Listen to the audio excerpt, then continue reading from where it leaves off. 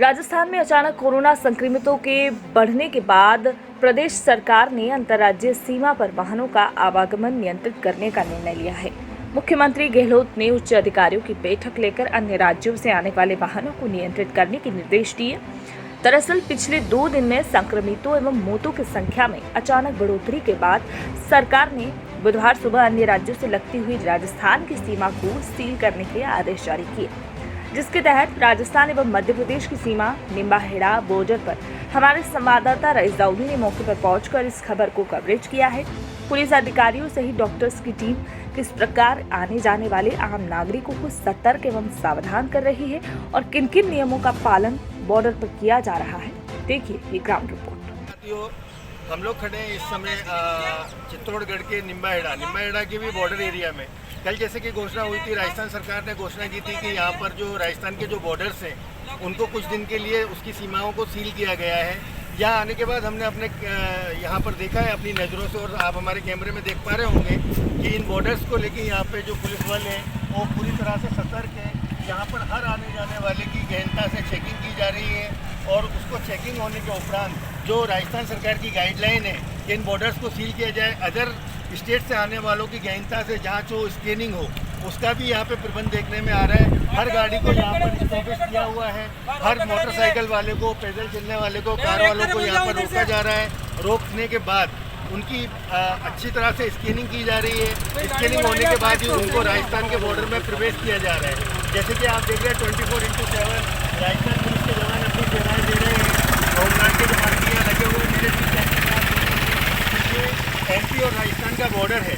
यहाँ जिस जगह पे इन्होंने चेकिंग पॉइंट बना रखा है, यहाँ हर आने जाने वाले की गाड़ी को गहनता से जांच होने के बाद ही उसको आगे के रूप में सुल्तान से जो राजस्थान का एरिया है उसमें प्रवेश दिया जा रहा है।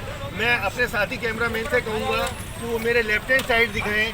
जैसे कि मेरे ठीक पीछे अभी आप देख रहे हैं बाइक वाले से जाँच पड़ताल की जा रही है। कैमरे में आप देख पा रहे होंगे उनसे सामान विवाद किए जा रहे हैं और उनको रोका गया, और रोकने के बाद उनको स्टॉप किया गया है यहाँ पर पुलिस के जवानों द्वारा, क्योंकि राजस्थान सरकार किसी भी तरह की कोई लापरवाही नहीं की जाती। अब मैं पूछना चाहूँगा ड्यूटी पे जवान जो तैनात है जवान, हाँ जी आपका नाम बताएं। राजेश जी, आप यहाँ क्या कर रहे हैं? आप कौन सा नियम फॉलो कर रहे हैं बताएं। हम MP वालों से बिना परमिशन राजस्थान में एंट्री नहीं दे रहे हैं। जैसे कि राजेश जी ने बताया कि MP से आने वाले ये जो मार्ग है ये इंदौर और बॉम्बे सभी को कनेक्ट करता है, मोस्टली नीमच वगैरह, मंदसौर। तो MP से आने जाने वालों को यहाँ रोककर उनको एंट्री नहीं दी जा रही है विदाउट स्कैनिंग, ऐसा बिना परमिशन के। ये परमिशन कौन दे रहा है राजेश जी? सर प्रेम शर्मा, हेड कांस्टेबल जिला चित्रकूट। इस प्रकार से कोविड-19 के बारे में राजस्थान में बढ़ते मरीजों की संख्या को लेकर के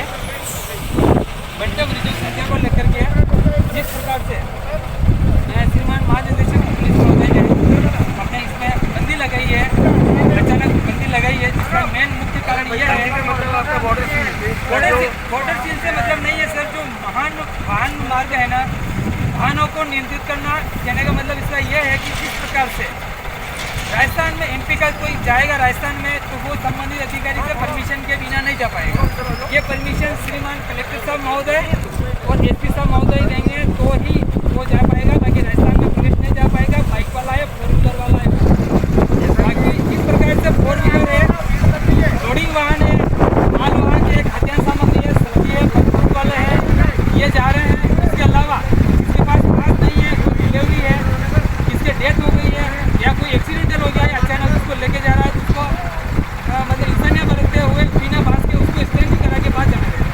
जैसा कि प्रेम जी ने आपको बताया कि नियम बनाए हुए हैं, नियम में भी कुछ जो सामाजिक दृष्टिकोण से जो काम आने हैं, कोई गंभीर बीमार है या कोई किसी तरह का एक्सीडेंट वगैरह की संभावना है, उसमें राजस्थान गवर्नमेंट ने और प्रशासन ने इनको छूट दे रखी है कि वो वाहन आ जा सकते हैं। कैमरे में आप देख पा रहे होंगे वाहनों की लंबी लंबी कतारें लगी हैं, गहनता से इनके द्वारा जाँच की जा रही है। जैसे कि मैं अपना सेकंड पॉइंट अपने कैमरामैन से कहूँगा कि वो बताएं कि यहाँ ये लोग इतनी तेज़ी और मुस्तैदी के साथ यहाँ पर अपनी सेवाएं दे रहे हैं। मेरे ठीक लेफ्ट हैंड साइड में अपने साथी कैमरामैन से कहूँगा कि वो दिखाएं कि वो वहाँ पर बना रखा है मेडिकल डिपार्टमेंट का चेकिंग पॉइंट। जिस मेडिकल डिपार्टमेंट के चेकिंग पॉइंट का उद्देश्य ये है यहाँ पर बनाने का कि यहाँ पे जो भी लोग आ रहे हैं उनको पूरी तरह से उनकी स्कैनिंग की जाए। स्कैनिंग करने के बाद ही उनका टेम्परेचर वगैरह चेक करने के बाद ही उन्हें राजस्थान की सीमा में प्रवेश किया जा रहा है। मैं अगले पॉइंट पर आपको लेकर चलता हूँ, वहाँ स्कैनिंग पॉइंट पर अपने साथी कैमरामैन से कहूँगा कि हम अगले पॉइंट में और आगे की खबर आपको दिखाते हैं। जैसा कि मैंने आपको बताया था कि राजस्थान का जो बॉर्डर है जहाँ पे गहनता से जांच की जा रही है, उसी श्रेणी में यहाँ पर एक चेकिंग पॉइंट बनाया गया है। बाहर से एमपी साइड से आने वाले लोगों को उनका टेम्परेचर वगैरह चेक कर रहा है मेडिकल डिपार्टमेंट, उनकी पूरी डाटा कलेक्ट किया जा रहा है। यहाँ पर मेरे ठीक पीछे आप जैसे कैमरे में देख पा रहे होंगे कि हर व्यक्ति से पूछताछ की जा रही है, गहनता से उसका टेम्परेचर चेक किया जा रहा है और सब कुछ सही होने के बाद ही उन्हें राजस्थान की सीमाओं में प्रवेश किया जा रहा है। जैसे कि मैं आपके साथ कैमरा मैन से कहूँगा कि वो मुझे फॉलो करें और यहाँ पर आकर इस पॉइंट को बताएं कि यहाँ पर हर व्यक्ति का गहनता से जांच करके उनका टेम्परेचर चेक करके उनके हाथ पे सील लगाई जा रही है, जिससे कि वो राजस्थान की सीमाओं में प्रवेश कर सकें। और उसी के अलावा यहाँ पर प्रत्येक टेबल के अंदर यहाँ पर देख रहे हैं आप, ये सारे लोग जो बैठे हुए हैं हर व्यक्ति की पूरी डिटेल ले रहे हैं। आगे की जानकारी मैं कुछ उनसे ही लेना चाहूँगा कि आपका नाम बताएं। ब्रिजेश पाटीदार। हाँ, ब्रिजेश पाटीदार। हाँ ब्रिजेश जी, बताएंगे आप यहाँ क्या क्यों है और क्या कर रहे हैं? हम जौनपुर संभाग है मेरे पास, जो भी अदर स्टेट से राजस्थान में एंट्री ले रहे हैं, उनके सारा उनका नाम पता और सारी चीज़ें उन्हें एंट्री दी जा रही है। तो ये आप कब से कर रहे हैं? कल के आदेश आने के बाद से ही? नहीं, मैं यहाँ 6 दिन अच्छा, 6 दिन से आप ये कर रहे हैं। कल का जो आदेश आया राजस्थान सरकार का बॉर्डर से रिलेटेड, उसके बाद आपका क्या काम बना, क्या जिम्मेदारी बढ़ी? जिम्मेदारी बढ़ गई कि जो भी पास लेके आए वही राजस्थान में एंट्री कर पाए, ये विशेष तरह से ध्यान दिया जाए। अच्छा, और ये बाकी के जो टेबल्स पे बैठे हुए हैं कौन कौन से डिपार्टमेंट के लोग हैं? ये सभी शिक्षा विभाग के हैं और अलग अलग संभाग वाइज संभाग वाइज बोले तो मैं समझ लूँगा।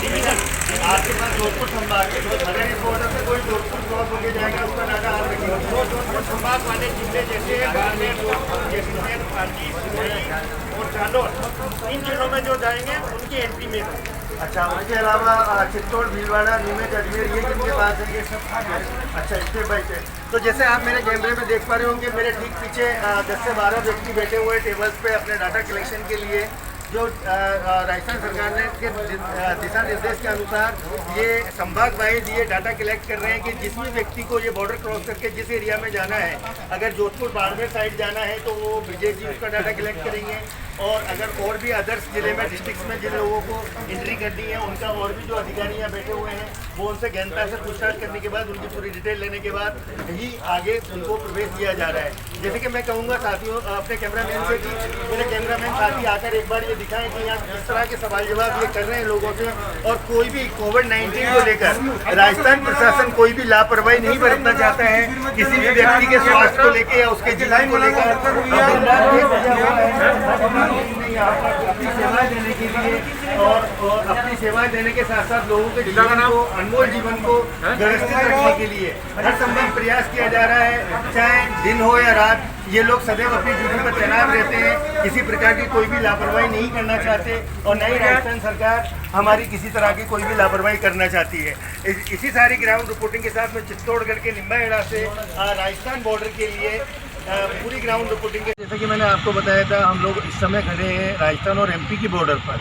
यहाँ की जो पहले हमने चेकिंग पॉइंट की खबर दिखाई थी, जिनके यहाँ पुलिस प्रशासन ने दिन रात एक किया हुआ है, लोगों की गहनता से जांच हो रही है। सेकंड पार्ट में हमने आपको बताया था कि मेडिकल वगैरह की जो भी टीमें हैं और जो भी एजुकेशन की टीमें हैं वो स्कैनिंग के साथ साथ लोगों के डाटा कलेक्ट करने के बाद लोगों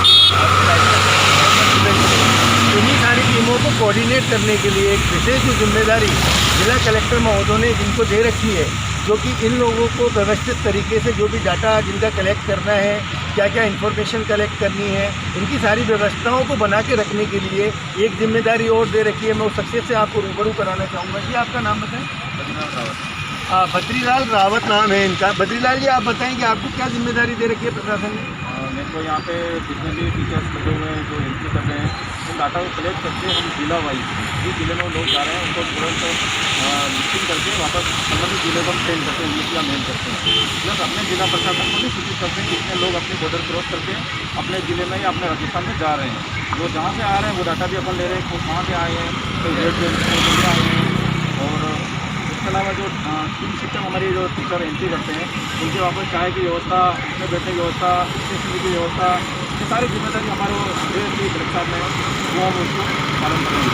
हाँ, जैसा कि बद्रीलाल जी ने बताया कि यहाँ पर कहाँ से बंदा आ रहा है, कहाँ आगे जाना है, उसकी पूरी डिटेल लेकर के डिस्ट्रिक्ट पे जाना है, उस डिस्ट्रिक्ट को सेंड करना, प्लस हमारे जो जिला प्रशासन चित्तौड़गढ़ है उसको भी सूचित करना, ये सभी जिम्मेदारियाँ इनकी बन जाती हैं कि कोई भी व्यक्ति किसी भी तरह की जिला प्रशासन चित्तौड़गढ़ या राजस्थान सरकार कोई भी लापरवाही नहीं करना चाहती किसी भी व्यक्ति के स्वास्थ्य को लेकर। और उसी श्रेणी में मैं पूछना चाहूँगा कि और क्या जिम्मेदारी है आपकी? इसके अलावा तो जो आ रहे लोग उनमें कुछ ऐसे लोग भी हैं जिनको खाने की ज़रूरत है, भोजन की ज़रूरत है। हमने जन सहयोग से संपर्क कर रखा है। अगर हमें ज़्यादा पैकेट्स की ज़रूरत पड़ती है तो हम उनको खाना मंगा के यहाँ बिठा के देते हैं।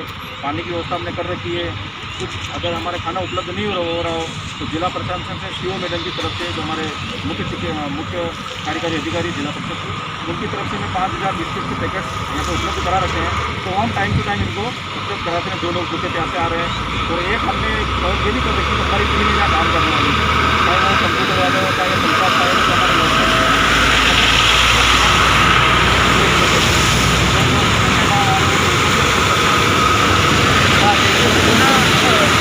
काम किया है इन लोगों ने।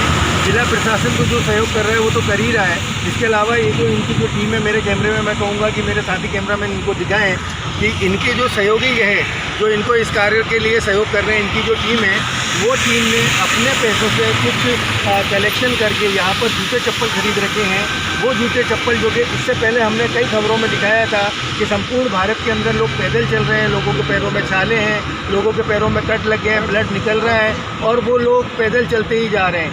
ऐसे लोगों की व्यथा को ध्यान में रखकर बद्रीलाल जी जैसे लोगों ने यहाँ पर जूते चप्पलों का भी इंतजाम किया हुआ है कि यहाँ पर पैदल और नंगे पैर किसी को न चलने दिया जाए, ऐसी इनकी व्यवस्था है। और क्या व्यवस्था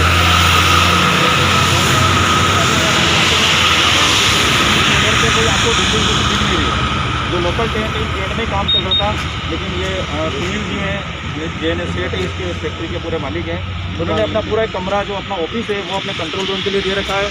प्लस 1 महीने से चाय नाश्ते की व्यवस्था करना, लोगों को उठने बैठने की व्यवस्था करना, सब अपनी तरफ से खुद से करें। हाँ, देखिए जैसा कि मैंने बताया कि राजस्थान जो है वो भामाशाहों का गढ़ है और एक वही ऐसे भामाशाह हमें देखने को मिल रहे हैं जिन्होंने कि अपना श्रमदान तो दिया ही, साथ में मेरे ठीक पीछे जैसे बिल्डिंग देख रहे हैं बद्रीलाल जी ने आपको बताया कि ये बिल्डिंग यहाँ पर कोई भी टेंट वगैरह जो ऊपर में, जैसे मैं अपने कैमरे में साथियों को कहूँगा कि कैमरा में काफ़ी दिखाएँ, जिन लोगों ने टेंट की व्यवस्था की थी, लेकिन तेज़ हवाओं का मौसम है, बारिश का मौसम है, टेंट निरंतर इस तरीके से फट जाते हैं। सुबह लगाया दिन तक ख़त्म और दिन को लगाया तो रात तक ख़त्म। उस कंडीशन को देखते हुए, उन परिस्थितियों को देखते हुए ये जो यहाँ पर जिनका नाम बताया है इन्होंने, उनकी अपनी बिल्डिंग को कंट्रोल रूम का एक ऑफिस बनाने के लिए दिया है। मैं उनसे स्वयं आगे की बात करना चाहूँगा। ये आपका नाम बताएं? हाँ, सुनील जी खंडेलवाल इनका नाम है। सुनील जी, ये आप जो काम कर रहे हैं इसकी प्रेरणा आपको कहाँ से मिली? आपके मम्मी पापा से इसकी प्रेरणा मिली। आप अभी यहाँ पर क्या क्या सुविधाएँ आने जाने वालों के लिए यहाँ प्रदान करवा पा रहे हैं? रहने की व्यवस्था है, खाने की व्यवस्था है, रहने की व्यवस्था का व्यवस्था। जैसे कि सुनील जी ने बताया कि यहाँ पर रहने से लेकर खाने से लेकर ठहरना, हर तरीके की इन्होंने व्यवस्थाएं कर रखी हैं कि यहाँ पर जो कोविड-19 कोरोना वायरस जिसने संपूर्ण विश्व के अंदर हलचल मचा रखी है, उससे हमारा कोई भी भारतवासी त्रस्त होकर परेशान ना हो। किसी भी तरीके से अगर वो किसी दुविधा में है, उसको रहने की प्रॉब्लम है, तो यहाँ उसको रेसिडेंस दिया जा रहा है, रोका जा रहा है, ठहराया जा रहा है। उसके अलावा अगर भूखा है तो उसको खाने का भोजन यहाँ पर उपलब्ध कराया जाए। और क्या क्या करते हैं सुनील जी आप? नहीं, ये जो आप सोशल वर्किंग कर रहे हैं, इसके लिए आपको कोई पैसा मिल रहा है क्या? नहीं, ये सिर्फ एक सोशल वर्किंग है, जन सेवा आप कर रहे हैं। तो जैसा कि आपने देखा कि ये सुनील जी हैं, ये सोशल वर्किंग कर रहे हैं यहाँ, और इन्होंने जाने वालों के लिए इस तरीके से काफ़ी सुविधाएं मुहैया करा रखी हैं, जिससे कि किसी को भी किसी भी असुविधा का सामना न करना पड़े। इसी सारी ग्राउंड रिपोर्टिंग के साथ में चित्तौड़गढ़ के निम्बाहेड़ा MP राजस्थान बॉर्डर से सिटीजन वर्ल्ड न्यूज़ के लिए ये है। बरेली थाना बिथरी चैनपुर इश्तेकार खां पुत्री नूरी का विवाह आरिफ उर्फ बबलू पुत्र लियाकत हुसैन निवासी पदार्थपुर थाना बिथरी चैनपुर बरेली के साथ हुआ था। ससुराल वाले कुछ दिनों दहेज को लेकर मारपीट थे और फिर दहेज की पूर्ति नहीं हुई तो 1-2 साल आराम से रहे और फिर बाद में उसे बच्चे न होने पर ससुराल वाले मारने लगे। लड़की सहन करती रही। वहीं 31 मई 2020 को शाम 7 बजे सूचना मिली कि पुत्री नूरी की जली हुई लाश छोटी मस्जिद फरीदपुर में मिली है, जिसकी सूचना मिलने पर घर वाले वहां गए। आरिफ उर्फ गुड्डू यानी कि जो मृतक महिला का पति है, सितार भोली हुई सास, लियाकत हुसैन ससुर, गुड्डू उनका देवर के विरुद्ध मुकदमा पंजीकृत कराया गया। मुकदमा होने के बाद भी आरिफ उर्फ गुड्डू को थाने में बिठाकर रखा गया है, अभी तक जेल नहीं भेजा है और आरिफ उर्फ गुड्डू के परिवार वाले बार बार फोन करके समझौता करने को कह रहे हैं और मुकदमा वापस नहीं लेने पर धमकियां दी जा रही हैं। अगर मुकदमा वापस नहीं लिया गया तो तुम्हें भी तुम्हारी लड़की की तरह मार देंगे। इसकी रिकॉर्डिंग भी परिवार वालों के पास है। देखिए संवाददाता साजिद अंसारी की रिपोर्ट, बरेली, उत्तर प्रदेश। हाँ, क्या नाम है आपका? रिजवाना। कहाँ की रहने वाली? हम जयपुर से तो रहने वाले हैं, हम टोले के हैं, जयपुर में रह रहे हैं। थाना कौन सा पड़ता है वो? खाना तो 12 दरी पड़ता है। थाना 12 दरी पड़ता है हमारा टोले का। तो क्या मामला है आपके साथ, बताइए। अरे हमारी लड़की को जला के मार दिया, हमें पता नहीं। ये कह दिया हमसे कि 5 बजे हमारे घर से रात हो गई। एक दफ़े पेशाब करने गई तो कह दिया कि आन की लेट गई। दूसरा आके अम्मी पेशाब करने गई, फिर आन की लेट गई। तीसरा के वो ये कह दिया कि अगर 7 बजे घर में से निकल गई, रात हो गई, तुम्हारी लड़की घूम गई। अम्मी नूरी घूम गई। मुझे अम्मी गया, अम्मी को फ़ोन दो। पापा ने उठाया इसके फ़ोन, ये गया अम्मी को फ़ोन दो। तो आपने शिकायत की कहीं? हमने तो अपनी बहनों के फ़ोन करा कि बबलू तुम ढूंढो। तो बबलू वाला अम्मी हम बुर्खा ओढ़ के निकलिए, पर्दे ओढ़ के निकलिए, पर्दे तीनों हैं और क्या कहें, पर्दे तो तीनों हैं। मैंने पैसे हैं इसकी जेब में, क्या नहीं? ये कहा ना पैसों का। जब मैंने कहा जब फ़ोन काट दिया इन्होंने। कितनी सालें हो गई शादी को? 6 साल हो गई। इससे पहले कोई झगड़ा? हाँ, यही झगड़ा बस हुआ करे था। अम्मी मैं छोड़ दूँगा, अम्मी मैं छोड़ दूँगा, इसके बच्चे नहीं हुए। शिकायत की आपने कहीं? हमने तो कहीं नहीं करी है। बस यही रहा कि वो रहते रहे, ऐसे ही झगड़ा होता रहा, दोनों जने रहते रहे। ना आप 31 के बाद किसी थाने में शिकायत की? हमने कहीं रपट नहीं लिखवाई, जैसे अब लिखवाई है मैंने। कोई कार्रवाई आगे बढ़ी? कुछ नहीं बढ़ी है, जहाँ पर है वहीं बात है, बस वही पकड़ा हुआ है बस। तो आप क्या चाहती हैं? हम तो यही चाहते हैं कि जो हमारी लड़की को सज़ा मिली, इन लोगों को भी पकड़ा जाए। देखो ससुर है, सास है और उसकी क्या कहें देवरानी है, एक देवर है। घर में 4 जने ये रहते हैं। कितने दिन हो गए ये केस को? 31 तारीख को। क्या नाम है उनका पति का? क्या नाम है आपके दामाद का? मानसून की पहली और अच्छी बारिश ने शहर सहित जिले के कई क्षेत्रों को तरबतर किया है। जी हां, हम बात कर रहे हैं राजस्थान के चित्तौड़गढ़ और सीमावर्ती क्षेत्रों की। बीते 24 घंटे में सर्वाधिक बारिश का रिकॉर्ड दर्ज किया गया है। वहीं निम्बाहेड़ा में गुरुवार दोपहर 1 इंच बारिश हुई। निम्बाहेड़ा में तेज बारिश के कारण काफी नुकसान भी हुआ। गनीमत ये रही कि किसी के हताहत होने की खबर अब तक सामने नहीं आई है। देखिए ग्राउंड रिपोर्ट संवाददाता ख्वाजा हुसैन के साथ। रोड पर जहाँ पर तेज हवा और बारिश में जहाँ मानसून का दस्तक तेज नहीं है, वही तेज हवाओं के साथ यहाँ पर रास्ता हुआ है। जहाँ पे ऊपर जो रोड लगा हुआ था वहाँ पे जो घास गिर के नीचे गिरते हैं और यहीं पे जो वो भी नहीं कीजिए। आइए अब इसी की जानकारी देते हैं कैसे हुआ। यहीं पे कुछ लोग उनसे पूछ रहे हैं।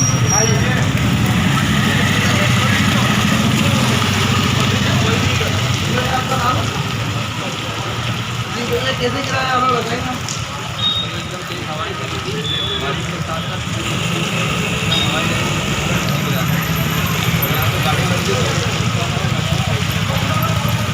जैसा कि आप देख सकते हैं, ये तेज हवाओं के चलते ये चीज़ें गिरा है, जिससे कि यहाँ पर नीचे जो बाइक खड़ी थी उनका भी काफ़ी नुकसान हुआ है। उनको साइड में खड़ा किया गया है। जिससे भी ग्राउंड रिपोर्टिंग के साथ मेरे वजह से चित्तौड़गढ़ निम्बाड़ा राजस्थान से जय हिंद।